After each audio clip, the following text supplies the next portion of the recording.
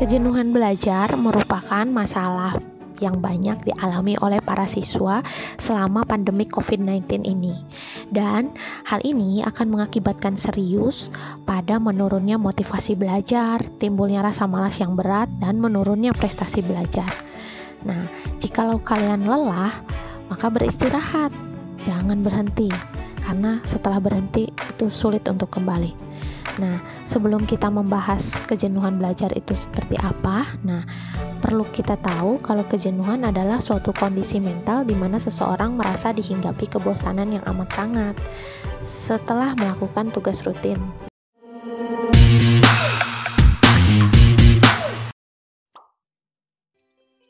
Sudah tahu apa itu belajar daring? Belajar daring adalah sebuah platform belajar berbasis daring atau online yang memungkinkan pembelajaran dapat dilakukan di mana saja dan kapan saja.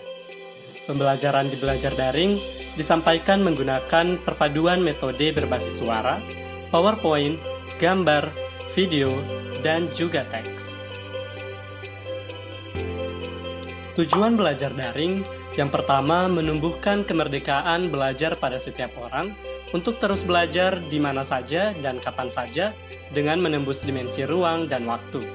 Yang kedua, membagikan edukasi teoritis maupun praktik, baik pengajaran yang menginspirasi, memberikan pemahaman baru, serta keterampilan baru dengan berbagai materi yang menarik dan mendidik.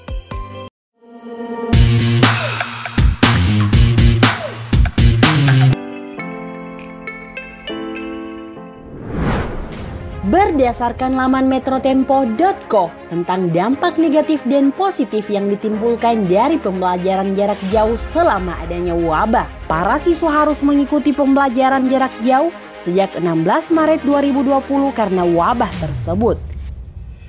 Ada 3 dampak negatif terhadap peserta didik, yaitu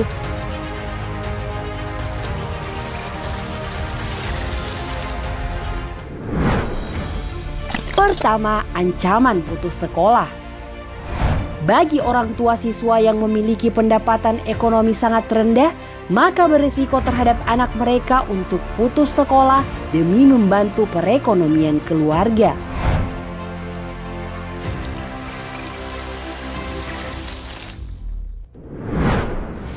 Kedua, peluang kekerasan terbuka.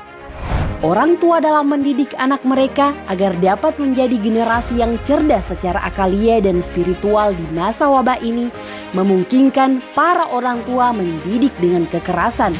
Sebab sebagian orang tua tidak memiliki kemampuan mendidik yang sama dengan guru, sehingga ada orang tua stres, kemudian marah, mencaci maki, memukul, dan bahkan membunuh anaknya. Karena itu, tanpa sekolah, anak berpotensi menjadi korban kekerasan dalam rumah tangga yang tidak terdeteksi oleh pendidik.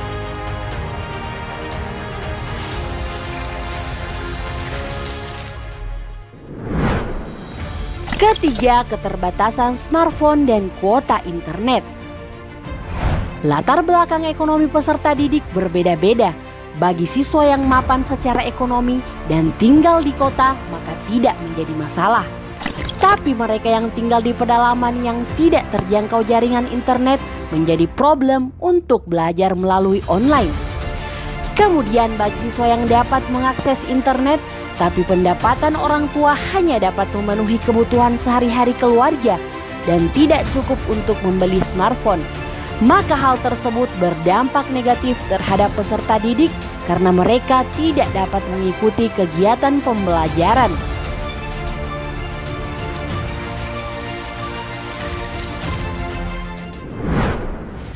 Selanjutnya, dampak positif pembelajaran jarak jauh. Pertama, anak memiliki banyak waktu di rumah bersama keluarga. Hal itu sangat baik untuk membangun kedekatan psikologis anak dengan orang tua. Orang tua dapat memahami perkembangan karakter anak. Karena itu, belajar melalui daring dapat membangun komunikasi keluarga yang berdampak baik terhadap kepribadian anak.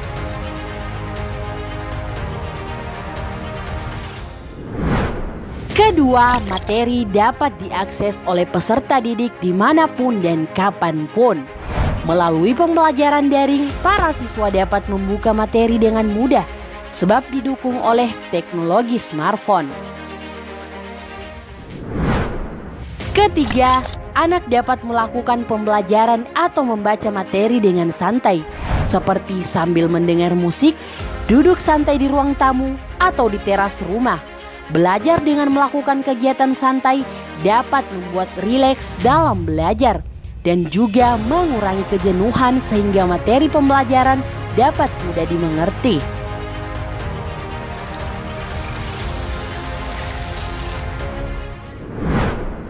Dari penjelasan tersebut, maka dapat dipahami bahwa proses pembelajaran di masa wabah ini memiliki dampak negatif dan positif.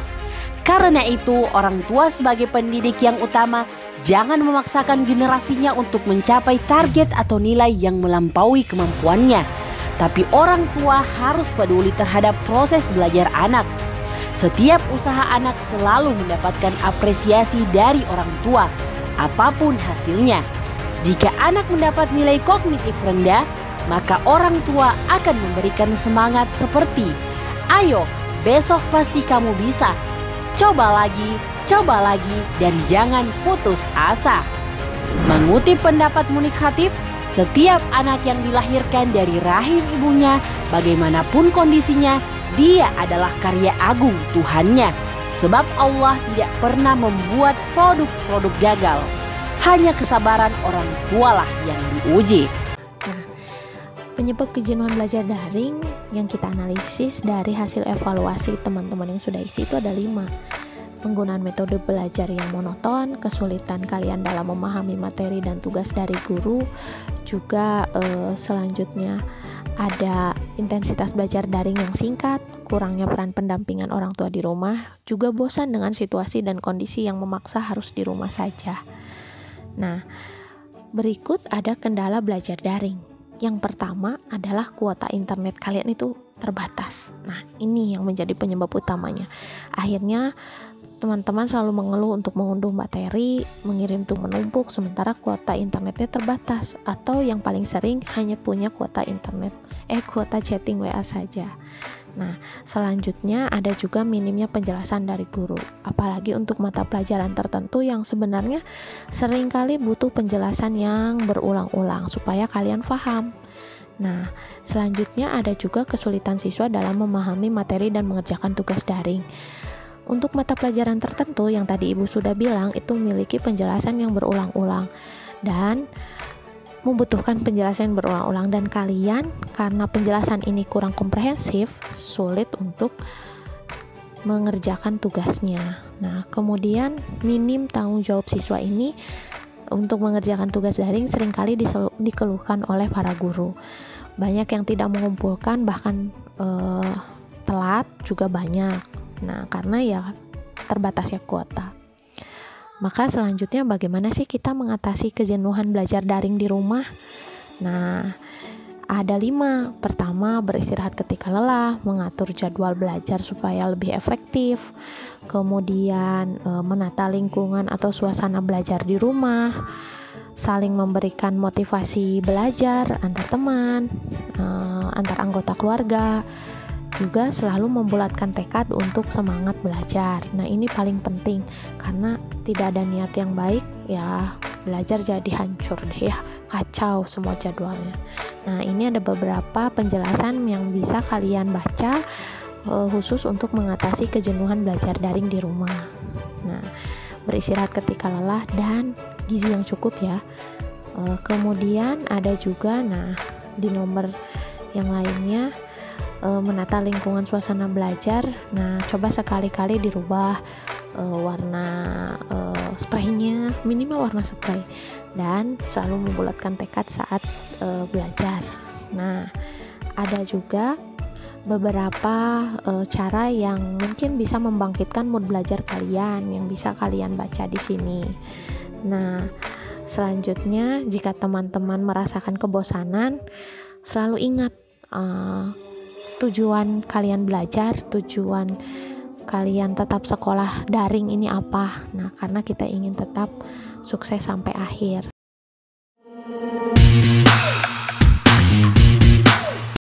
Halo semuanya. Oke, jadi sesuai request beberapa orang untuk bikin video tentang tips belajar supaya nggak bosen. Jadi kali ini aku mau kasih tips belajar supaya nggak bosen versi aku. Nah, sebelum kita masuk ke tipsnya, kita harus tahu dulu nih, kenapa sih orang itu bisa bosen? Kenapa sih kita pas lagi belajar itu bisa bosen? Oke, kita search dulu di Google, kenapa orang bisa bosen? Kenapa orang bosan?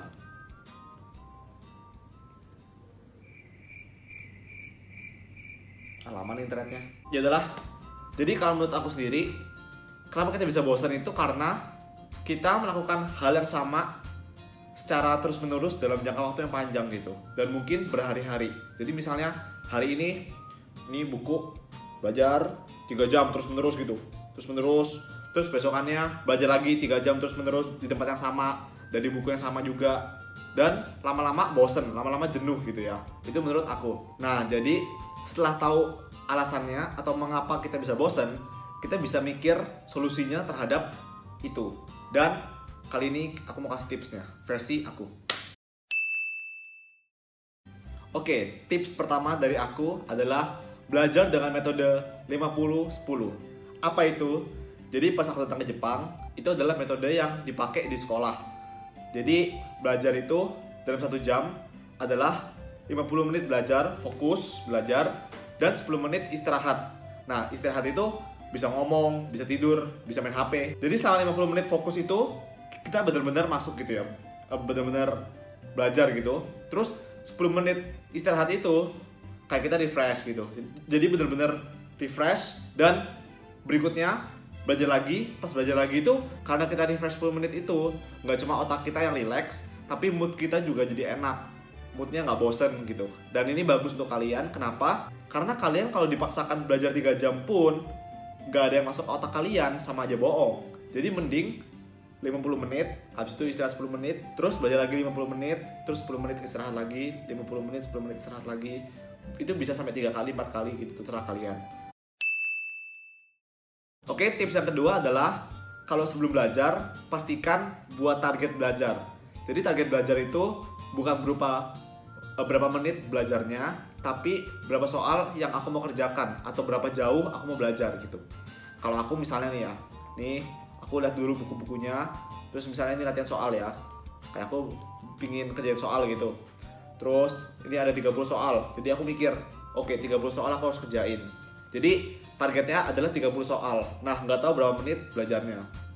Nah, kalau targetnya 30 soal, itu bisa mengurangi tingkat kemalasan dan juga mengurangi tingkat kebosanan. Kenapa? Pas kalian sudah ngerjain 10, kalian mikir, aduh tinggal 20 lagi nih, tinggal 20 lagi. Jadi kalian masih terus semangat gitu ya. Nah, kalau misalnya kalian target itu jangka waktu belajar, itu menurutku agak susah. Kenapa? Misalnya aku harus belajar 3 jam gitu.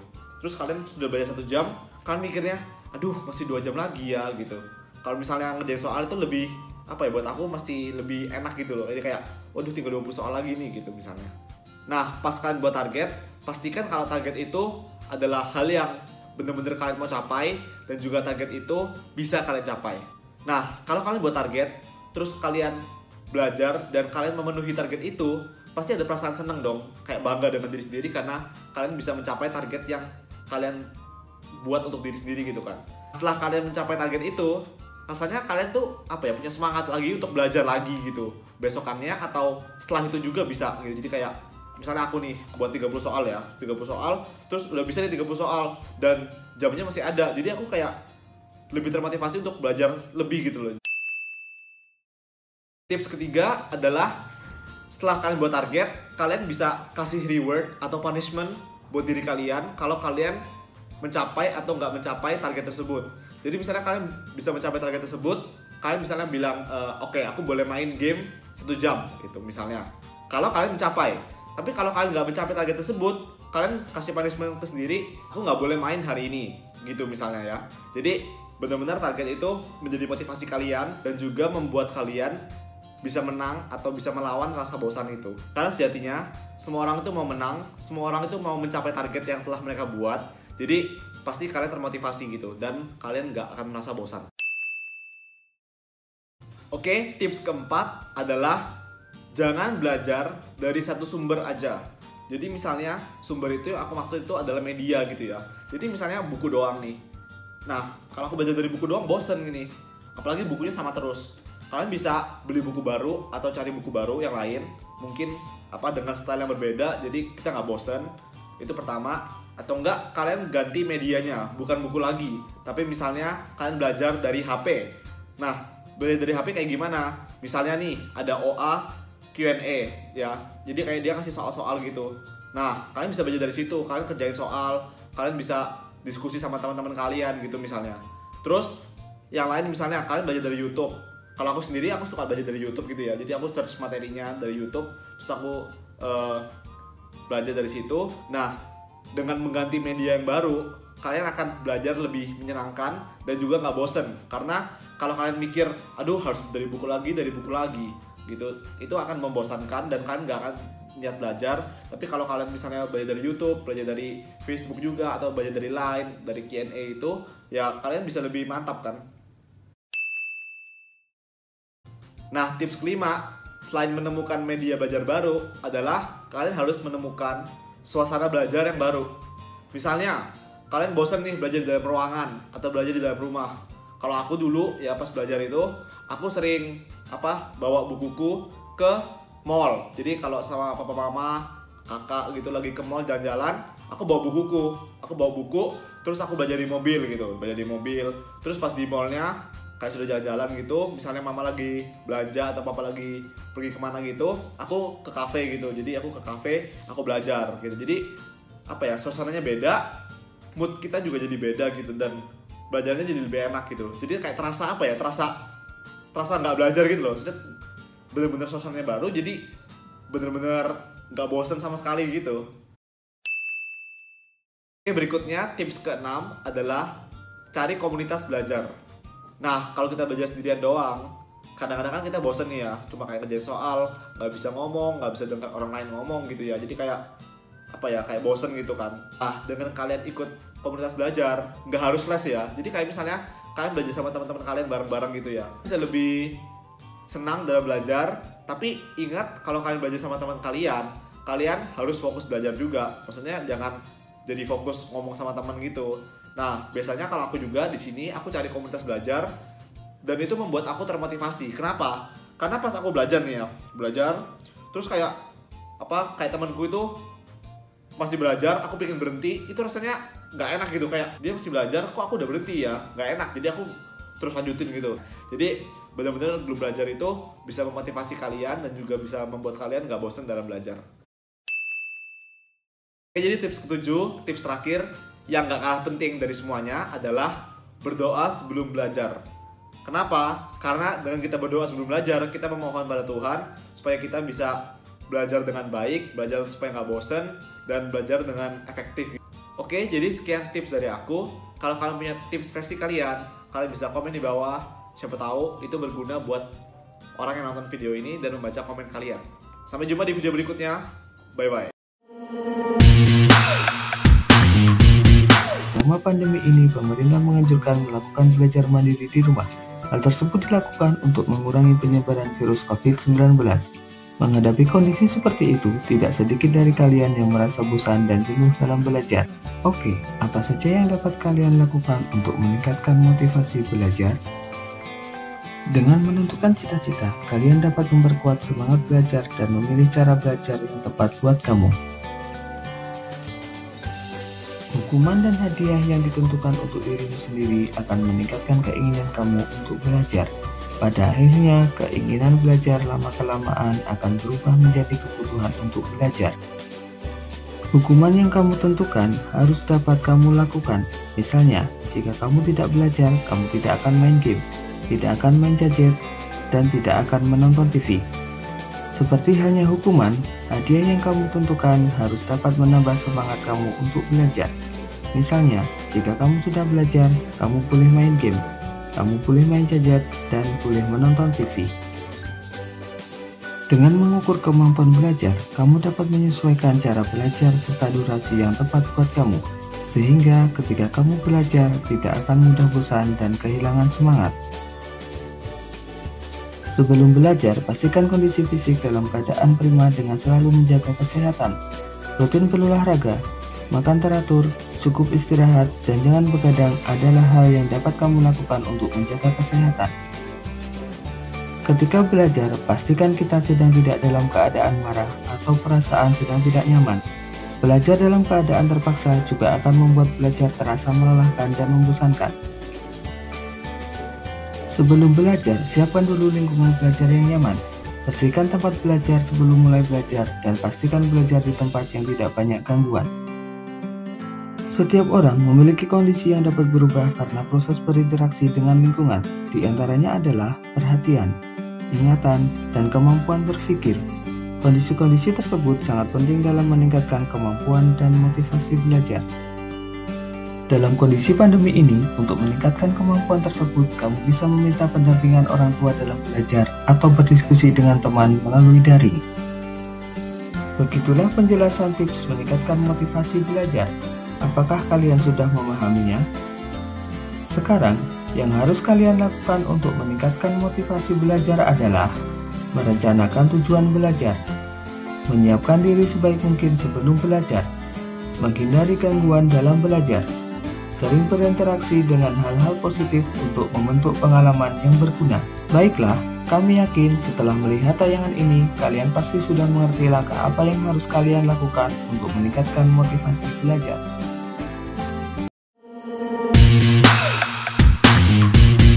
Menurut para pakar pendidikan, sebenarnya kembali bersekolah tatap muka itu penting, karena sekolah tidak hanya sebagai tempat anak kita belajar, tapi juga tempat di mana mereka ikut serta dalam program gizi berimbang, seperti pemberian makanan tambahan anak sekolah dan tentunya dalam program vaksinasi.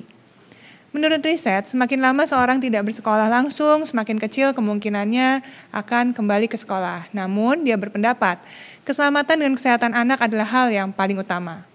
Nah, menjelang pelaksanaan tahun ajaran dan tahun akademik baru 2020-2021, sebagian besar anak-anak kita akan kembali menerapkan belajar jarak jauh. Maka, ada 7 hal yang harus diperhatikan agar sukses melakukan kegiatan belajar online. Yang pertama, siswa dan guru harus bergembira. Jangan stres. Pastikan semuanya sudah paham dengan cara mengoperasikan alat teknologi. Kedua, bagi kelas menjadi kelompok belajar yang kecil, diskusi kerja kelompok, dan akan membuat waktu belajarnya akan lebih efektif. Yang ketiga, guru dan murid sepakat mengerjakan tugas kelompok dan menciptakan suatu tantangan atau lomba yang memerlukan kolaborasi. Keempat, alokasikan waktu bagi murid-murid yang tertinggal atau kurang dapat memahami sesi pembelajaran.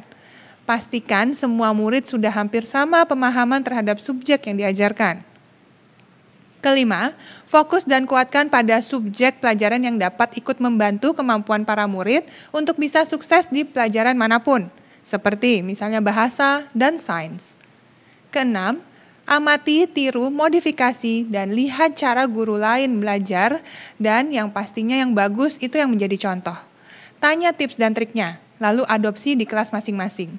Begitu juga dengan para murid. Tanyakan bagaimana teman bisa mengikuti pembelajaran dengan baik meski melalui online. Ingat, proses belajar jarak jauh bukan memindahkan kelas dari ruang fisik ke ruang digital. Cara membuat sesi online menjadi riang gembira dan penuh interaksi serta mudah mentransfer ilmu pengetahuan adalah dengan berkreasi dan tentunya dengan bekerja sama. Dan semua ini sangat penting untuk orang tua seperti saya dan Bapak Ibu semua untuk harus aktif terlibat dalam setiap proses pembelajaran, baik belajar maupun mengajar online. Selamat kembali ke sekolah bagi yang ada di zona hijau. Ingat, tetap aman COVID-19 dan praktekkan protokol kesehatan dengan sangat ketat. Dan tetap semangat bagi semua yang akan sekolah melalui daring dan kemampuan kita beradaptasi akan menjadikan kita manusia Indonesia yang unggul dalam pengetahuan dan tangguh menghadapi perubahan. Selamat belajar untuk semuanya dan salam sehat dari saya.